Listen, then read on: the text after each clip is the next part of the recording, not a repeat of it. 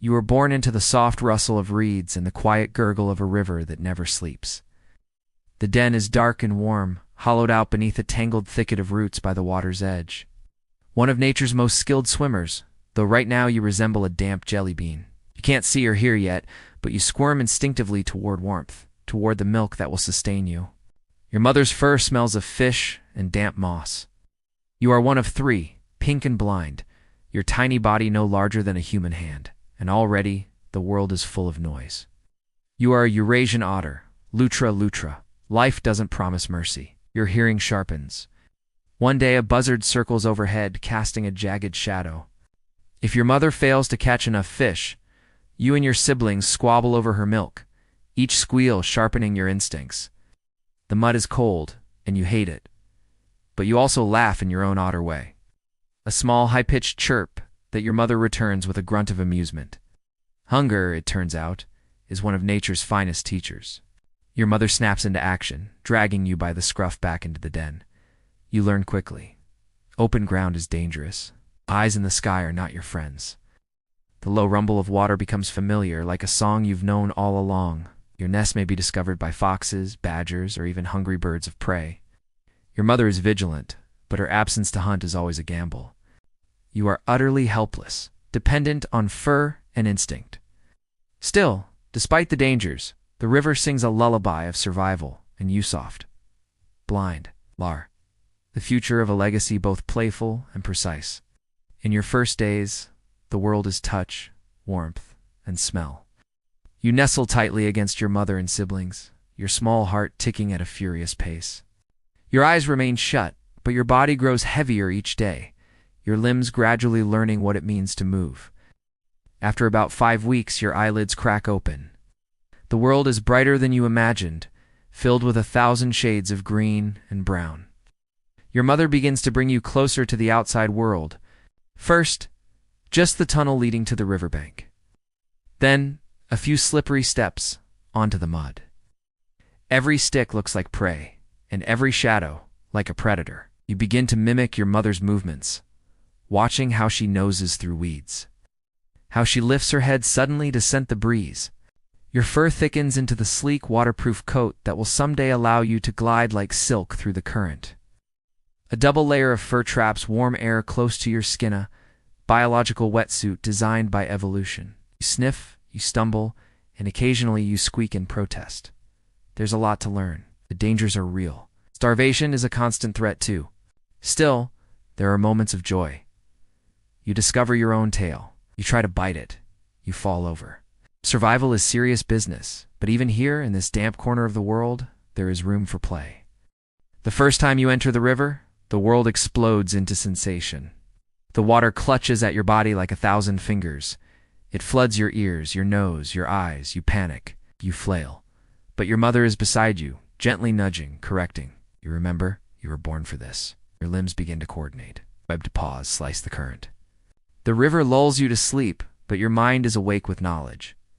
That food moves, that water helps you find it, and that your body, awkward and new, is already becoming the perfect tool. You learn how to close your ears and nostrils underwater, your body adjusting with impressive biological grace. She thrashes it against a rock and drops it in front of you. Gone is the pudgy pup, with uncertain paws and clumsy kicks. In its place is a lithe, shimmering creature with a sinuous body and the sharp, curious eyes of a predator in training. You stare. Your fur, once soft and sparse, has now become a dense, luxurious armor of 2 layers, coarse guard hairs on the outside, and a dense underfur beneath, capable of trapping air and keeping you dry even in freezing rivers. One day, a strange itch creeps across your back. You roll in the mud. You rub against rocks. Dead fur falls away. You're shedding your baby coat, and with it, a part of who you were. You're embarrassed for no reason. No one notices, except your sibling, who bites your tail just for fun. A square inch of your skin holds nearly 500,000 hairs. Your eyes adjust to dim light. You begin to hunt at dusk and dawn. Your ears, small and neat, pick up the rustle of a frog before it jumps. Underwater, your viabrisi become your greatest allies, reading the tiniest ripples in the current, detecting the stir of fins against stone. You don't know this number, of course, but you feel the difference every time you dive. You emerge warm, even when the air bites with winter's edge. It twitches. The powerful musculature of your spine and limbs strengthens daily, enabling you to twist mid-swim or launch yourself onto slick riverbanks. Your teeth have fully emerged, sharp canines for gripping, carnassials for slicing through flesh. Chewing is now a source of satisfaction, not frustration. You stare harder. Detecting movement and pressure changes in the current, you learn that patience is part of the hunt. So is curiosity. It twitches again. Once, you catch a glimmer of eyes along the shore. Another otter. Older, bigger, a male. You freeze. He grunts once and slips away, uninterested. You do what instinct demands, pounce. You surface with a gasp, blinking river droplets off your lashes. Then comes the lesson of food. Your first wild meal slides into your stomach like a warm secret. Digestion begins immediately. Otters have fast metabolisms. Your body runs like a machine, breaking down fish flesh into fuel for muscles and fur. The protein feeds your growth. The fat becomes energy. Waste is expelled quickly, making room for more. Your mother finds a small stickleback near the reeds. You miss twice, maybe 3 times. But finally, success sort of, you catch it by the tail. It wriggles and you squeal, half in triumph, half in horror. Your mother chuffs approvingly. You watch, you giggle, and you file the lesson away. You try to eat it head first, because that's how she does it. The spines on its back prick your tongue. You spit it out and try again. Eventually, you gulp it down. Later, you nap in the sun, belly round and full. Your nose begins to pick up the subtle scent trails of fish. Your whiskers, called vibrissae, become underwater radar. Somewhere nearby, your sibling tries to eat a frog and gets slapped in the face. Every meal teaches you a little more about the world and a lot more about who you are becoming. By the time you're 4 months old, your reflection in the water startles even you. Your body has changed dramatically. Your bones grow longer, more agile. There is also discomfort. Your senses sharpen too. You begin to roam farther, sometimes out of sight of your mother. Not all encounters will be so merciful. But for now, your body is your guide, and it tells you, you are no longer a child. The winter comes sooner than expected. It begins with a sudden frost that stiffens the reeds and silences the frogs. Then the river begins to slow, crusting at the edges with glassy ice. Prey disappears. The water is deeper, colder, darker. Oh, you are alone now. Your mother has left to find her own path. Your sibling wandered off weeks ago. You are not strong enough to claim a territory yet, nor clever enough to stay hidden from every danger. There is no fish today, no frog. The chemical signals inside you shift. Your digestive system conserves energy, barely but enough. Your muscles, normally sleek and twitching, begin to cannibalize their own protein. You sleep more. You dream of warm bellies and fat fish. Just wind and a creeping cold that claws at your core. You crawl toward it, weak but driven. You both rise from the river with dripping jaws and stiff posture. No vocal threats, just a circling tension. When the fight comes, it is fast, teeth flashing, claws slashing, bodies rolling over mud and stone. Her trail weaves along the water's edge, dotted with signs of her interest. You follow, cautiously, respectfully. Your paths will diverge again soon, but in this moment, biology dances with something like emotion. You rest near her after, bellies touching, watching fish flicker beneath the surface. Wondering if she will remember if the river will wash it all away. Otters are solitary, but social at the right times. Courtship is brief, but intense. You chirp, you nuzzle, you playfully chase. She lets you. For now, you win. Not with strength, but with precision, with agility. You drive him off, bleeding, but alive. You gnaw through frozen skin, gag at the smell, but keep eating. You eat until your body remembers how to burn. Your metabolism, once a furnace, begins to quiet. Your heart slows. Your movements become sluggish. One day, after a failed hunt, you curl into the hollow of a tree root, shivering. Your belly is tight with hunger. This is what starvation feels like.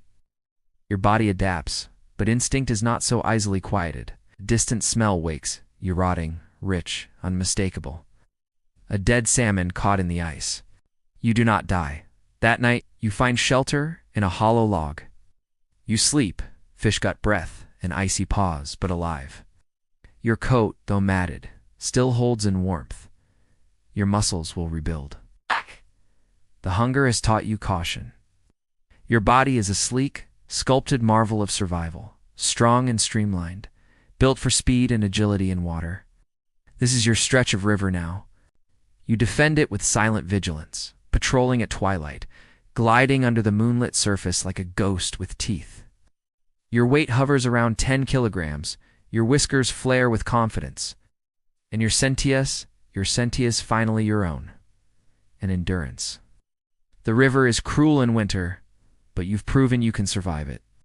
You are nearly 2 years old now, and the river is no longer a maze, it is your map. You mark the boundaries of your new territory with secretions from your anal glands, leaving a musky message to other otters. Occupied. But territory is never won without contest. One night, you come across another male. He is large, older, and unimpressed. Your reward is solitude on the right to attract a mate. Soon, the scent of a female floats through the reeds. Mating is swift, secretive, and instinctual. You do not bond for life. There is no ceremony, no ritual, lonely the rhythm of the river, and the silent knowledge that something inside her may now carry you forward. Your role is done for now. Oh, but you linger, just a while, listening to her breath. Weeks pass. The river flows on, swollen with spring rains. You roam your territory again, alone as always, but changed.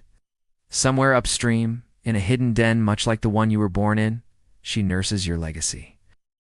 3 pups, blind and helpless, warm against her belly. They will never know your face. That is the way of your kind. You do not raise your young. Fatherhood is not your role, not by choice, but by design. Still, your senses sharpen when the wind carries the faintest scent of her. You pass through her territory only once, careful not to linger. The instinct to protect battles, the instinct to move on. She, meanwhile, is a fortress. She hunts constantly to feed herself and the young. Her body has changed, swollen and sore from the burden of motherhood. But she is fierce, swift, and endlessly attentive. A world that changed with every season. But still, you remain a quiet witness to the endless rhythm of life. You lift your head slightly, then lay it back down. You are part of it, for a time a spark in the river's current. A whisper in the reeds, a pair of whiskers slipping through shadow. Her den is lined with reeds and fur. She growls at shadows. She teaches them how to swim, how to dive, how to fear. Your coat is duller, scars lace your flanks. Your muscles still coil with strength, but they do not spring as quickly. You rest more often, hunt less boldly. And one day, just as your mother did for you, she leaves. The pups are old enough now. They tumble into the current with clumsy paws and wide eyes. The cycle begins again, as it always has. Your offspring are not yours to know, but their blood echoes in your bones. You taste it in the river, feel it in the moonlit hunts, in the way your muscles ripple with every swim, and dream of warm bellies, of tangled fur, of high-pitched chirps that once meant home. You do not ache, not exactly. But something inside you remembers.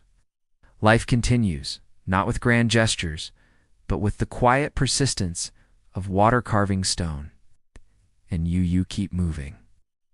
Some nights you sleep curled beneath a willow root, nose tucked under tail. You sit on a smooth stone at the river's bend. The light is gold, the air is warm. A fish leaps upstream and splashes nearby, but you do not chase it. You simply watch, and that is enough. The river never stops. Its song is older than memory, older than fur or claw or tooth. You are older now too. One evening, as the sun slips below the horizon, you've outlived many things. A winter that nearly ended you, a rival that almost tore your ear off. Somewhere downstream a pup chirps.